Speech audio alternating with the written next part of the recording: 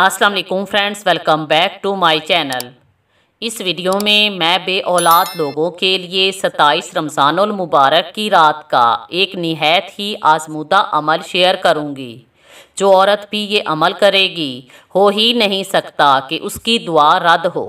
बे औलाद लोग खलूसे दिल के साथ ये वजीफ़ा करें, क्योंकि ये रात साल में सिर्फ एक बार ही आती है।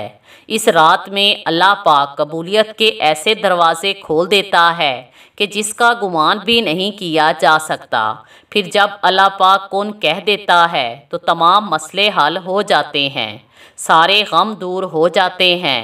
अगर आप थक गए हैं तो परेशान मत हों। अल्लाह पाक अपने बंदे को ज़्यादा देर तक तकलीफ़ में नहीं रखता। हर हाल में दुआ मांगते रहो, कोई उम्मीद बाकी ना रहे तब भी दुआ मांगना तर्क ना करो। वो अल्लाह पाक जो रात से दिन निकाल सकता है, वो ना उम्मीदी से यूं उम्मीद निकाल लेगा कि आप हैरान रह जाएंगे। पिछले 27 रमज़ानुल मुबारक में मैंने औलाद के लिए ये वजीफ़ा शेयर किया था। आप ये वजीफ़ा भी कर सकते हैं।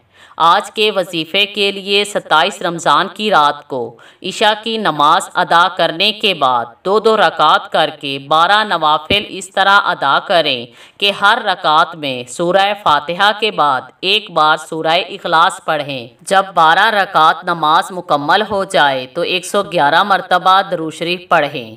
इसके बाद एक तस्बीह सूरह कौसर पढ़ें।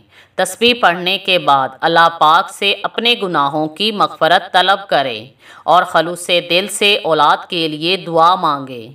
इंशाअल्लाह ताला जो भी ये अमल करेगा उसकी दुआ रद्द नहीं होगी और उसकी खाली झोली भर जाएगी। Thanks for watching.